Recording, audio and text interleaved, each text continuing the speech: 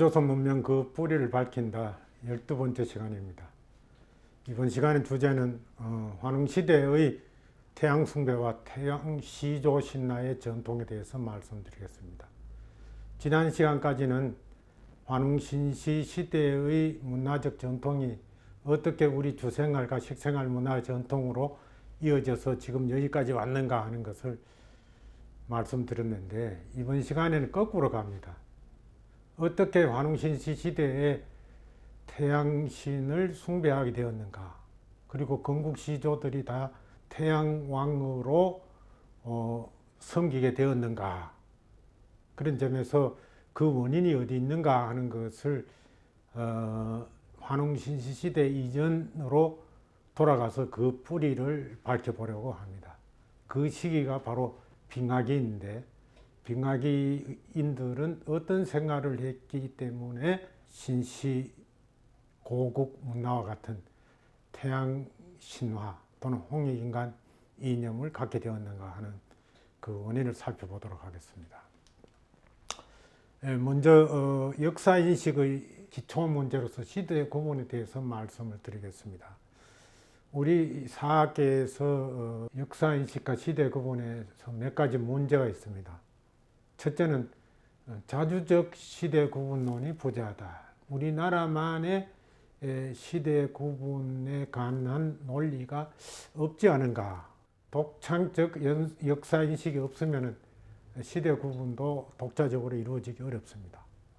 이를테면 선사시대는 상투적 시대 구분. 예를 들면 구석기, 신석기, 청동기, 철기, 세계 어디서나 하는 이런 시대 구분을 우리나라도 똑같이 동어반복하고 있다고 하는 것입니다. 그리고 상고시대의 시대 구분은 아예 우리 역사를 무시하고 있다. 이를테면 환웅의 신시시대라든가 당군의 조선시대, 부여시대는 공식적인 역사의 시대 구분에 포함되어 있지 않습니다. 그냥 선사시대, 사만시대, 삼국시대 이렇게 시대 구분을 하고 말죠. 그래서 국립중앙박물관에서도 고조선은 다루지 않았습니다. 고조선 시대라고 하는 것은 역사적으로 인정되는 시대 구분이 아니라고 보는 것이죠. 그런데 이제 제야사학께서 여러 가지 주장을 해서 한참 뒤에 이제 고조선시를 별도로 마련했습니다. 그 정도로 상고시대에 대한 시대 구분이 제대로 이루어지지 않고 있다고 하는 것입니다. 그리고 현대사 시대 구분은 거의 무관심해서 현대사는 뭐 특별히 시대 구분을 하지 않고 있습니다. 저는 저 나름대로 현대사도 몇 가지 논리로 시대 구분을 하고 있습니다. 오늘은 선사시대 시대 구분이 어떤 문제가 있는가 하는 것을 다루고자 합니다. 선사시대 시대 구분은 조금 전에 말씀드린 것처럼 구석기 시대, 신석기 시대, 청동기 시대, 철기 시대 이렇게 나눕니다. 이렇게 나누는 것은 지금부터 한 200년 전쯤 1848년에 덴마크 고고학자 크리스찬 위르겐센 톰센이라는 사람이 처음으로 석기 시대, 청동기 시대, 철기 시대를 나누었는데, 그때 시대 구분을 21세기 지금까지도 아주 되풀이하고 있습니다. 그러니까 이 시대를 보는 독자적인 눈이 없기 때문에 이걸 되풀이할 수밖에 없다는 것이죠. 결국은 이거는 뭡니까? 돌로 만들었나? 청동으로 만들었는가? 또는 뭐 쇠로 만들었는가? 이렇게 재료사이고 도구사이다. 도구를 뭘 사용했는가? 그 도구 재료는 뭔가 하는 것입니다. 이것이 과연 역사학에서 중요한 시대 구분이 될 수 있는가 하는 것입니다.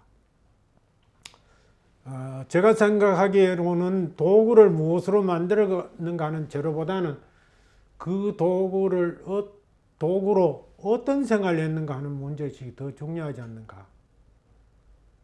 돌도끼로 뭘 했는가? 사냥을 했다. 사냥을 했으면 그걸 식량으로 삼기 위해서 사냥을 했는가? 아니면 제물로 바치기 위해서 사냥을 했는가? 싸움을 했으면 뭐 적을 침략하기 위해서 싸움을 했는가? 또는 뭐 자기 종족을 방어하기 위해서 싸움을 했는가? 뭐 이런 것들이 문제가 돼야 되지. 돌로 만든 도끼를 사용했다. 그 자체에 집중해서 시대 구분을 하는 것은 뭔가 문제가 있지 않는가. 예를 들어가 고인돌과 적석청은 다 돌로 만든 구조물이죠. 지난 시간에 고인돌과 적석청이 천재를 올리는 중요한 공간이었다고 말씀드렸는데, 이것은 돌로 되어 있는 거대한 구조물이지만은 석기 문화가 아니라 청동기와 철기시대 문화유산입니다. 그렇기 때문에 도구로 무엇을 시대 구분하는 것이 이렇게 불일치 않은 것도 있다. 또 도구의 소재로 말하면 아직도 석기시대는 지속되고 있어요. 우리 돌솥 쓰고 있잖아요. 돌절구도 쓰고 돌락도 쓰고 돌로 만든 맷돌도 쓰고, 뭐 비석은 아직도 돌로 세우잖아요. 그래서 소재는 다 돌이지만 수준은 완전히 다른 단계에 이르러 있다고 하는 것입니다. 특히 이 석기시대 구분에 대한 인식의 전환이 필요한데, 구석기 시대를 지나서 신석기 시대가 되었다는 그 인식이 문제가 있다는 것입니다. 이건 제가 제기하는 문제입니다. 돌을 때려서 석기를 만드는가, 갈아서 석기를 만드는가. 그래서 뗀석기에서 간석기로 발전했다는 것이죠. 그런 석기를 다루는 기술 발전 단계죠. 이게 결국은 신석기, 즉 간석기 칼이죠. 석검입니다. 근데 여러분들 이거 한번 보세요. 이게 그냥 뗀석기, 다시 말해서 타제석기와 어떤 차이를 가지고 있는가? 단순히 갈았는가, 뭐 깼는가 하는 그런 차이만 있는가? 거의 뭐 예술 작품 수준이잖아요. 저는 이런 칼이 있으면 소장하고 싶어요. 그 정도로 미식과 예술성이 있어서, 이거는 단순한 도구가 아니라 하나의 예술 작품으로서 소장 가치를 가지고 있지 않겠는가. 따라서 뗐는가 갈았는가 이런 기술적인 차이의 수준을 훨씬 넘어선다고 합니다. 그래서 여기서 이쪽으로 가는데 어떤 과정을 거쳤는가 하는 데 대해서 우리가 문제의식을 가져야 한다는 겁니다. 그래서 우리가 생각하기에는 뭐 구석기에서 바로 신석기로 넘어갔지 이렇게 생각하기 쉬운데, 저는 이러한 시대 구분에 불만이 있어요. 구석기에서 신석기로 간 것이 아니라 구석기에서 빙하기를 거쳐서 신석기로 갔다고. 이 빙하기 인식이 굉장히 중요하다는 것입니다. 구석기 역사는 한 250만 년 정도 돼요. 인류사의 99.8%가 전부 구석기입니다. 우리 역사는 거의 구석기. 어제까지 구석기다. 이렇게 생각하면 됩니다. 그런데 신석기는 1만 2천 년, 약 1만 년 정도밖에 안 됩니다. 신석기인이라고 하는 거지. 그런데 그 구석기에서 신석기로 넘어오는 과정에 빙하기가 11만 년이 있어요. 그래서 신석기를 쓰고 구석기를 쓰는 사이에 11만 년이라는 이런 엄청난 기간이 있는데, 이거를 무시하고 여기서 마치 바로 이렇게 온 것처럼 이야기해도 되겠는가 하는 것이 저의 의문입니다. 그래서 빙하기를 거치지 않았으면은 99.8%가 계속 99.9%로 더 지속되었을 가능성도 있다. 빙하기가 구석기에서 신석기로 변화하는 중요한 분기점이었다고 하는 것입니다. 왜냐하면은 이때 빙하기 때 인류가 지적 사고 능력을 발휘하기 시작했다고 하는 것입니다. 미국 고고학자 브라이언 페이건은 완벽한 빙하시대라는 책을 냈는데, 그 책에 보면은 인류의 지성은 빙하시대 환경에서 출현했다. 그러니까 빙하기라는 게 얼마나 중요한가 하는 것을 주목하지 않으면 신석기를 제대로 이해할 수 없다. 빙하기를 알아야 신석기 시대와 고조선 시대를 제대로 알 수 있다. 그래서 왜 빙하인가 하는 것이 중요하다고 하는 것입니다. 빙하기를 거친 신석기인들이 신시고국을 건국했기 때문에, 신시고국에 관한 역사를 제대로 알려면은 그 조상인 빙하기를 산 사람들, 빙하기인들을 알아야 한다는 것입니다. 빙하기의 기후와 자연환경을 간단하게 보면은 여름 기온은 요즘보다 최소한 10도 이상 낮았다고 하는 것입니다. 그러니까 뭐 한여름 아주 무더울 때도 20도 미만이었다는 거죠. 가을 날씨, 한여름 가을 날씨 정도 되었죠. 그리고 북반구의 겨울은 9개월 이상 계속됐다. 그러니까 1년의 대부분이 겨울이고 겨울 9달, 5달이 봄, 가을과 여름이었습니다. 그러니까 여름은 뭐 거의 없었다고 봐야 되겠죠. 그 다음 빙하기 동안 지구의 3분의 1은 얼음으로 뒤덮여 있어요. 예. 그러니까 3분의 2는 얼음으로 덮이지 않아 가지고 추위를 견딜 수 있는 동물은 살아남았다. 구체적으로 지구가 있으면 빙하기에 지금 얼음이 덮여 있는 부분을 나타냅니다. 남극 이만큼 살아봤잖아요. 예. 잘 대비가 안 되기 때문에 살펴보면 요거에 빙하기 이후 해빙기의 아메리카 대륙입니다. 북아메리카 대륙. 요거는 이제 빙하기 때 얼음이 어디까지 덮였나? 거의 카나다 일대, 미국 본토 위에는 거의 뭐 그린랜드하고 다 얼음으로 뒤덮여 있었다. 그래서 이 시기에 지구가 꽁꽁 얼어붙어 있던 시기였다. 이렇게 생각하시면 됩니다. 그런데 우리는 신석기인들, 다시 말해서 고조선인들은 빙하기를 거친 사람들이고, 그러나 빙하기 이전에 구석기인들이 이미 한반도에 살았다. 1960년대까지만 해도 한반도에는 마치 구석기 유적이 없어서 구석기인들이 살지 않은 것으로 알려졌습니다. 그러나 그 전후 그 이후에 많은 구석기 유적이 발견돼 가지고 거의 뭐 90곳 이상이 발견됐는데, 가장 오래된 것이 평남 상원군 후구리 검은모루 유적인데 약 100만 년 전에서 70만 년 전의 구석기 유적이 나왔다고 하는 거죠. 또 이 후구리의 절골 유적은 약 93만 년 전이고, 충북 단양군 도담리 건골 유적은 약 70만 년 전입니다. 경기 연천군 전곡리 구석기 유적은 약 30만 년 전인데, 전에는 우리나라에는 구석기 시대가 없었는 것처럼 이야기돼도 구석기가 발견되었을 뿐만 아니라 아슐리안 주먹도끼가 발견됐어요. 전곡리에서 이 아슐리안 주먹도끼, 양면 핵석기가 발굴되기 전까지는 아시아에는 이런 아슐리안 주먹도끼가 없었다. 아프리카와 유럽에만 있다. 그래서 이 전곡리 구석기에서 이것이 발견됨에 따라서 이 유적이 이 구석기지요. 아슐리안 주먹도끼인데 이거는 양면 핵석기, 그래서 한쪽만 아니고 양면을 돌아가면서 이렇게 다 쳐내서 깎아냈어요. 그래서 이렇게 아주 날카롭고 뾰족한 구석기가 된 것이죠. 그래서 이것이 발견됨에 따라서 세계 구석기 역사와 지도를 바꾸게 되었다. 그러니까 우리나라 구석기 시대를 제대로 알지 못하면 마치 우리나라에는, 한반도에는 구석기 시대 사람이 없었던 걸로 착각하게 된다. 여기 우리나라 전 지역에 구석기 유적이 이렇게 많이 있다. 약 90여 곳이다. 하는 거죠. 예. 그래서 구석기 유적이 이렇게 많은 것을 봤을 때 구석기인들이 약 100만 년 전부터 한반도에서 계속 널리 여러 곳에서 분포해서 살았다는 것을 알 수가 있어요. 그래서 마치 어떤 사람들의 주장에 의하면 2, 3만 년 전에 이 한반도 밖에서 어떤 인류가 한반도로 이동해 왔을 것이라는 추론을 하고 있는데, 그것은 다시 생각해 봐야 된다는 것입니다. 왜냐하면 100만 년 전부터 한반도에 구석기인이 널리 분포해서 생활해 왔기 때문이고, 또 11만 년 전부터는 1만 2천 년 전까지는 빙하기라는 사실을 알아야 돼요.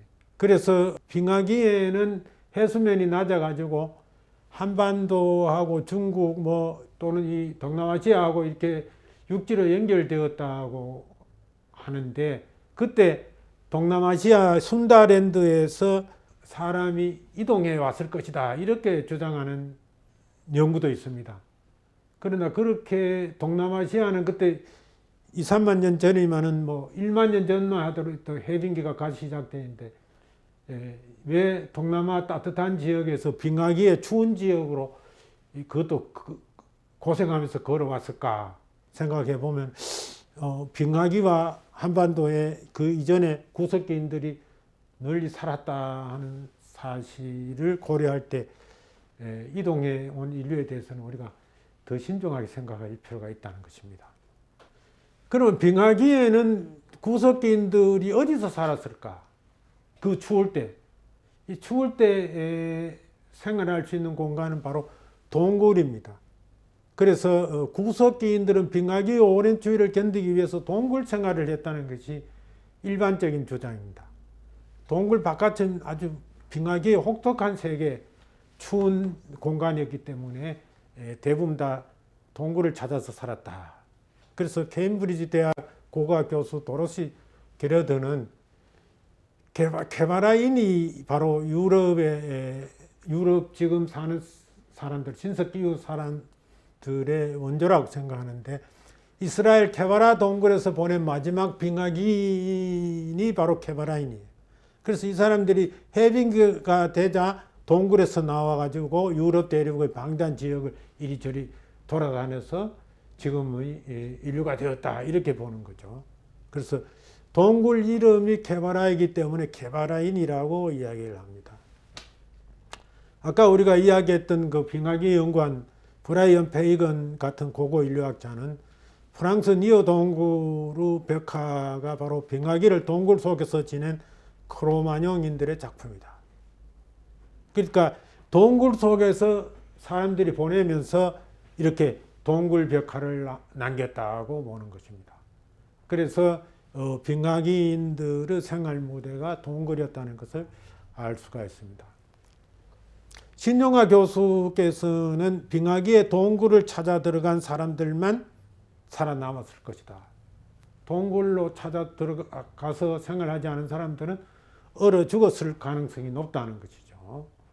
따라서 동굴 지역을 중심으로 빙하기를 거친 신석기인들이 널리 출현했다고 보는 것입니다. 따라서 빙하기의 동굴인들이 곧 해빙기 신석기인들의 조상이라고 볼 수가 있습니다. 그래서 해빙기와 함께 신석기인이 출현했는데 그게 약 1만 2천 년 전부터죠. 동굴 속에서 살던 사람들이 해빙기와 함께 동굴 밖에 나와서 이렇게 움막을 짓고 살기 시작한, 이런 생활을 한 사람들이 바로 신석기를 제작한, 또 토기도 제작한 신석기인들이다. 그래서 이때는 해빙기이자 지구온난화 현상에 의해 가지고 농업 경작이 가능했어요. 그래서 청주 소로리 벽시는 약 1만 2천 년 전의 이 벽시로 밝혀져서 세계에서 가장 오래된 벽시로 인정받았습니다. 또 남한강 금강 상류 유역에 각종 곡물 유물이 남아 있어요. 벼밀, 보리, 조, 기장, 콩 등이 남아 있습니다. 바로 이 지역이 동굴이 많은 지역이었죠. 동굴지대와 가까운 남한강과 금강 상류 강변에 수십 개의 신석기 취락 유적이 발견됐다. 그러니까 동굴지대와 가까운 곳에 신석기 취락 유적이 발견되었다는 것은 빙하기 또한 동굴 속에서 살다가 해빙기가 되니까 그 동굴 바깥으로 나와서 이제 신석기인들이 생활했다는 것을 말하는 것이죠. 특히 남한강 유역 수양계 이지구에 보면은 3만 평에 이르는 유적지에 500채 이상의 취락이 발견됐어요. 이거 세계 최대의 취락지 유적으로 알려져 있는데, 이것도 역시 동굴지대인 남한강과 금강 상류 지역이라고 하는 것입니다. 그러므로 동굴이 빙하기인들의 생활 공간이었던 사실을 동굴지대 근처에 신석기 유적이 많은 것을 통해서 확인할 수가 있습니다.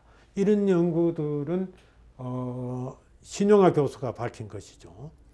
중요한 것은 11만 년 동안 지속된 빙하기인들의 동굴 생활, 11만 년 동안 동굴에서 어떻게 생활했는가, 거기에 대해서는 자세하게 다루어지지 않았습니다.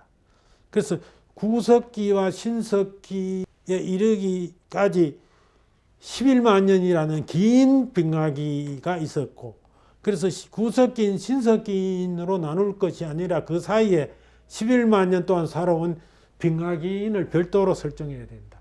빙하기 시대를 별도로 시대 구분을 해야 된다는 것이 저의 주장입니다. 문제는 빙하기인들이 동굴에서 11만 년 동안 어떻게 살아왔느냐 하는 것입니다. 이 빙하기인들이 중요한 것은 이 빙하기를 거치면서 신석기인으로 발전했기 때문에 그래요. 인류 역사의 99.8%는 250만 년의 구석기 단계가 계속 되는데 이거 엄청난 지속이죠. 그런데 어느 날 갑자기 신석기 시대로 비약할 수 있었는가? 예. 만약 빙하기가 없었다면 아직도 구석기 시대가 계속되었을지도 모릅니다. 예. 그래서 구석기에서 신석기로 비약하는 분기점을 말한 것이 빙하기 11만 년이라는 아주 오랜 세월이라는 것이죠. 예. 지금 우리 역사는 뭐 이 11만 년에 비하면 뭐 10분의 1도 안 되는 거죠. 예. 빙하기의 생활, 그렇기 때문에 빙하기인들이 어떻게 생활했는가 하는 것을 지금 추론해 봐야 된다. 그걸 잘 추론하는 데 따라서 빙하기 이후 신석기인들 곧 환웅신시 고조선 사람들의 생활 세계를 제대로 이해할 수 있고 그들의 정신 세계도 포착할 수 있다고 하는 것입니다. 결국은 빙하기 동안에 동굴 안에서 장기간 지켜했는데 그거는 바로 겨울 생활과 똑같아요. 그래서 우리가 겨울철에 농가를 생각하면 주로 집안에서 뭐 했느냐? 오랜 시간을 들여서 도구를 만들었어요. 가마니를 짠다든가, 이거 지금 가마니 짜는 모습인데, 또는 멍석을 만든다든가, 또는 바구니를 엮는다든가, 또는 뭐 대장간에서 쇠붙이를 녹여서 농기구를 만든다든가 이런 일. 이거는 농건기에는 잘 하지 않습니다. 농간기에 집에 들어앉아서 겨울 동안 이런 일을 하는 거죠. 여성들은 배짜기도 하고 옷도 짓고 뜨개질도 하고 그래서 여름철에는 할 수 없는 각종 도구와 수공예품 제작을 겨울철에 집안에서 이런 일들을 해왔다는 것을 알 수가 있습니다.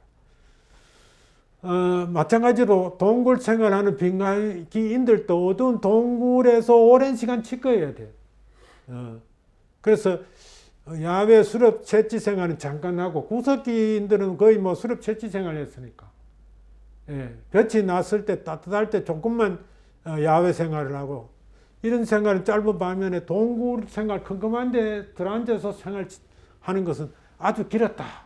겨울철이 뭐 9개월이나 되었다니까요.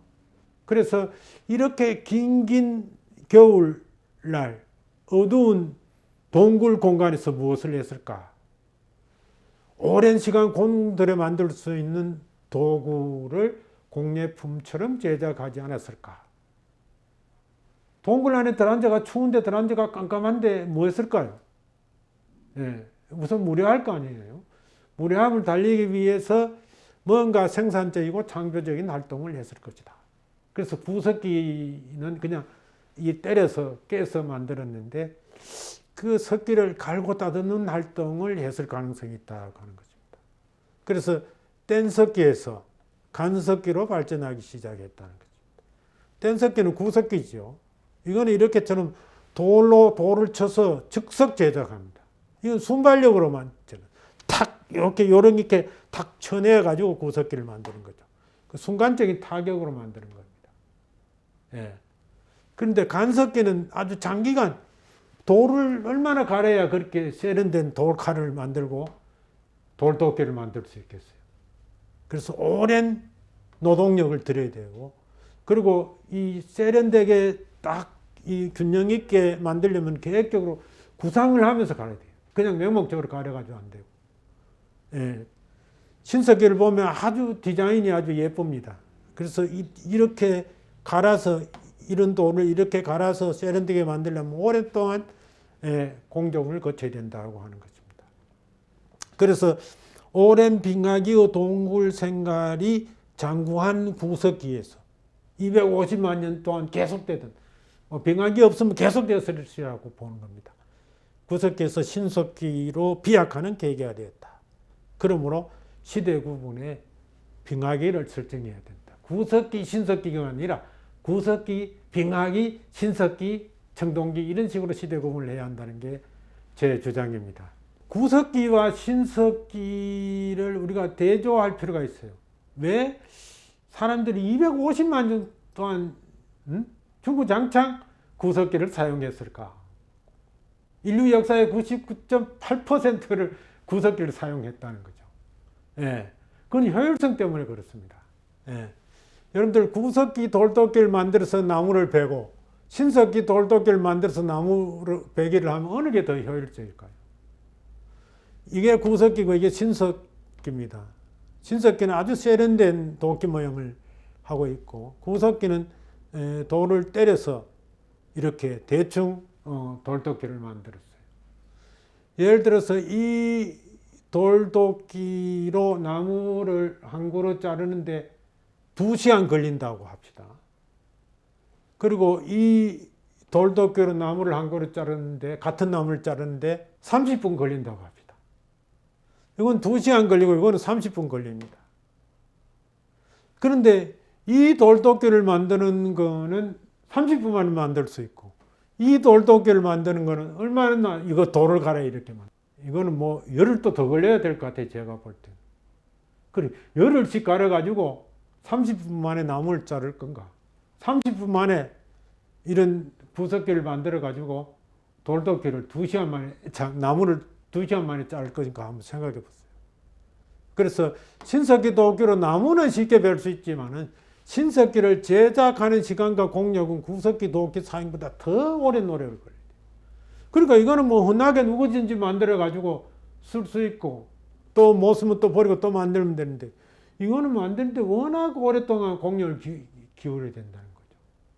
그래서 아무런 변화가 없다면은 누구든지 다 효율적으로 이런 도끼를 쓰다 버리고 또 만들어 쓰다 버리지 이걸 만드는다 세월을 다 버릴 수 있겠는가 이렇게 생각하면은 그동안 인류가 250만 년 동안 계속 구석기를 사용해온 이유를 알 수가 있습니다. 그래서 도구의 효율성보다 도구 제작의 효율성이 이게 워낙 떨어지기 때문에 구석기에서 신석기로 쉽게 발전이 안 됐다는 것이죠. 이거는 즉석 제작이 가능한데 이거는 뭐 세워라 내워라 갈아야 되니까요. 그럼에도 불구하고 여기서 이렇게 간 이유는 빙하기가 있었기 때문에 그렇다. 이게 더 효율적인데 이렇게 넘어가는 거 여기 빙하기가 없었다면 이렇게 못 넘어간다는 겁니다. 왜? 빙하기는 뭐 9개월 동안 동굴 속에 들어앉아가 컴컴한 데서 뭐 하겠어요. 그래서 무엇을 오랫동안 갈고 다듬을 일거리가 오히려 필요했는데 그래서 계속해서 갈아가지고 이런 돌도끼를 만들었겠죠. 그래서 가능하면 기능적이고 아름다운 형태로 제작해보자. 논이 많어. 예쁘게 세련되게 한번 만들어보자. 그러면서 미식이 발생되기 시작했다고 보는 것입니다. 그래서 빙하기는 생활도 달라졌지만 사유의 세계도 많은 변화를 가지게 됐다는 것이죠. 우선 도구에 대한 인식이 변화했어요. 구석기는 그냥 쓰임새만 필요했는데 신석기는 소유의 대상이 됐다는 거죠. 쉽게 쓰고 버리는 수단적 도구가 바로 구석기였습니다. 근데 동굴 생활을 하면서 뭔가 동굴 속에서는 쉽게 구석기조차도 소유하기 어려워요. 동굴에는 식량도 저축해야 되고 뭐 도구도 저축해야 될 것 같아요. 그래서 소유 가치를 지닌 공예품으로서 신석기를 만들기 시작했다. 구석기인들은 뭐 야외에서 생활하면서 자유롭게 돌도 구하고 식량도 뭐 이렇게 따거나 짐승을 사냥해서 식량으로 이용할 수 있었는데 빙하기 동물 생활에 들어앉아가지고는 그런 것을 공급하기 어렵습니다. 그러니까 평소에 그것을 많이 축적해 놔야 돼요. 도구도 소유가 필요했다는 겁니다. 그래서 소유와 축적의 개념이 이때부터 싹트기 시작했습니다. 그래서 전문적인 기술과 잉여도 능력을 투입해서 장시간 갈고 다듬어서 만든 세련된 디자인의 작품을 만들게 됐다. 이런 돌은 뭐 꼭 갖고 싶은 생각은 없잖아요. 필요는 하지만 쓸 때 소장해 하겠다는 그런 생각 나지 않습니다. 그러나 이거는 보세요. 얼마나 세련되고 만들었냐. 그래서 이런 도구에서 이런 도구를 만드는 데 따른 그 공력 또는 미식, 이렇게 세련되게 좌우 대칭되게 손잡이하고 이런 모양을 만드는 데에는 완전히 그 미식이 있어야 이렇게 만드는 거죠. 그냥 날카로운 도구하고는 다른 아주 그 공예품 같은 그런 예술적 미식이 여기 갈무리 되어 있다고 하는 것입니다. 그래서 이런 구석기가 기능적 도구라면 신석기는 예술적 소장품이었다고 하는 것입니다. 그래서 기술적인 산물이 아니라 그냥 갈았다는, 이건 돌로 때렸다는 것이고 이건 갈았다는 것인데, 갈았다는 기술적 산물이 아니라 형상적 미식을 갖춘 예술적 산물이다 하는 것이죠. 그래서 이런 구석기는 누구나 가질 수 있고, 그렇지만 이거는 누구나 가질 수가 없습니다. 만들기도 어렵지만 또 이런 게 있으면 갖고 싶은 욕망이 일어나는 거죠. 그래서 재물로서, 이거는 뭐 재물이라고 볼 수는 없지만 이거는 재물로서 소장 가치를 가지고 있었다. 그래서 무덤에서도 이런 신석기는 부장품으로 나타납니다. 그러니까 죽음이 이것을 부장했다는 것은 소장할 만한 가치가 있는 도구이기 때문에 그렇죠. 실제로 울진 후퍼리 유적에 보면 집단 매장의 묘지가 있는데 거기서 마제 도끼, 신석기 도끼가 130여 점이 출토되었어요. 그러니까 이거는 부장품으로서 소장 가치가 있었다고 볼 수 있는 거죠. 그래서 빙하기인들의 생각은 상당히 창조적이었다. 예, 왜냐하면 구석기인들은 막 때려가 즉석으로 제작했는데 오래 갈고 연마하면서 디자인을 생각하면서 갈고 닦았죠. 그래서 이 사람들은 도구만 다를 뿐만 아니라 삶과 사유 세계가 다른 존재다. 다시 말해서 신석기인과 구석기인의 차이는 도구를 다른 것을 썼다. 도구가 달라져서 빙하기인이나 신석기인이 아니고 사람이 달라져서 다른 도구를 만들어 쓰는 사람이 되었다. 그러니까 도구가 사람을 결정한 것이 아니라 사람이 도구를 결정해서 만들어냈다고 하는 것입니다. 그래서 빙하기인들은 창조적인 상상력을 발휘하기 시작했다. 다시 말해서 지성인으로 거듭났다 하는 것입니다. 그래서 마제석기를 세련되게 만드는 공예인이고, 동굴에서 창조적 상상력으로 동굴 벽화를 그리는 예술인이었어요. 예, 동굴인들이 동굴 벽화를 남겼죠. 그 동굴 벽화는 그 예술 작품이고 또 토기까지 만드는 공작인이었다고 하는 것입니다. 지금 보신 이 그림들이 전부 빙하기인들이 동굴 속에서 그린 그림입니다. 프랑스 라스코 동굴의 말과 이 소 그림이고 에스파냐 알타미라 동굴의 둘소 그림입니다. 어떠세요?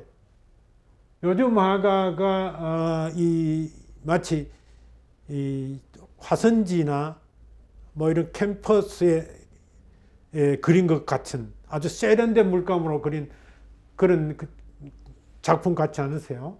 예.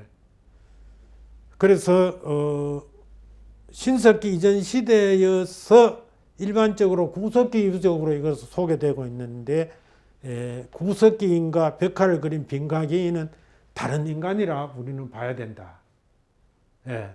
이걸 전부 구석기 유적으로 지금 보고 있는데 이건 빙하기인 유적이에요. 빙하기인은 빙하기 시대 사람들이고 구석기 사람들하고 다르게 우리가 인식해야 되지 않을까.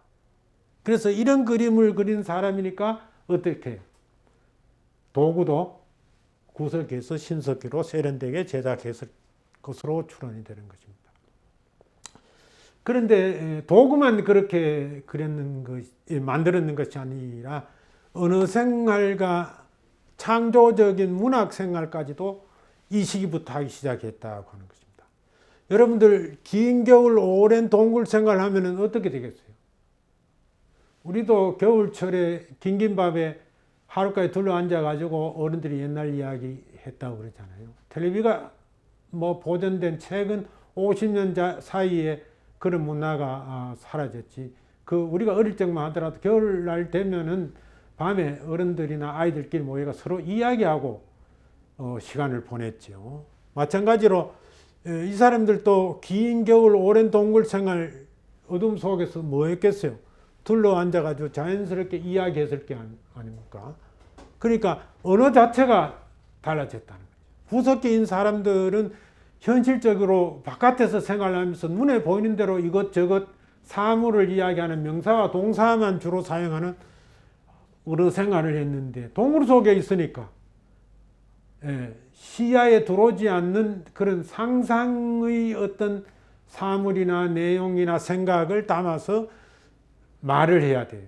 그래서 볼 수 없거나 보이지 않는 세계를 상상으로 표현했다고 하는 것입니다.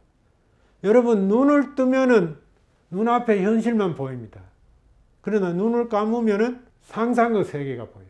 옛날 생각도 나고 미래도 보이기 시작하는 것입니다.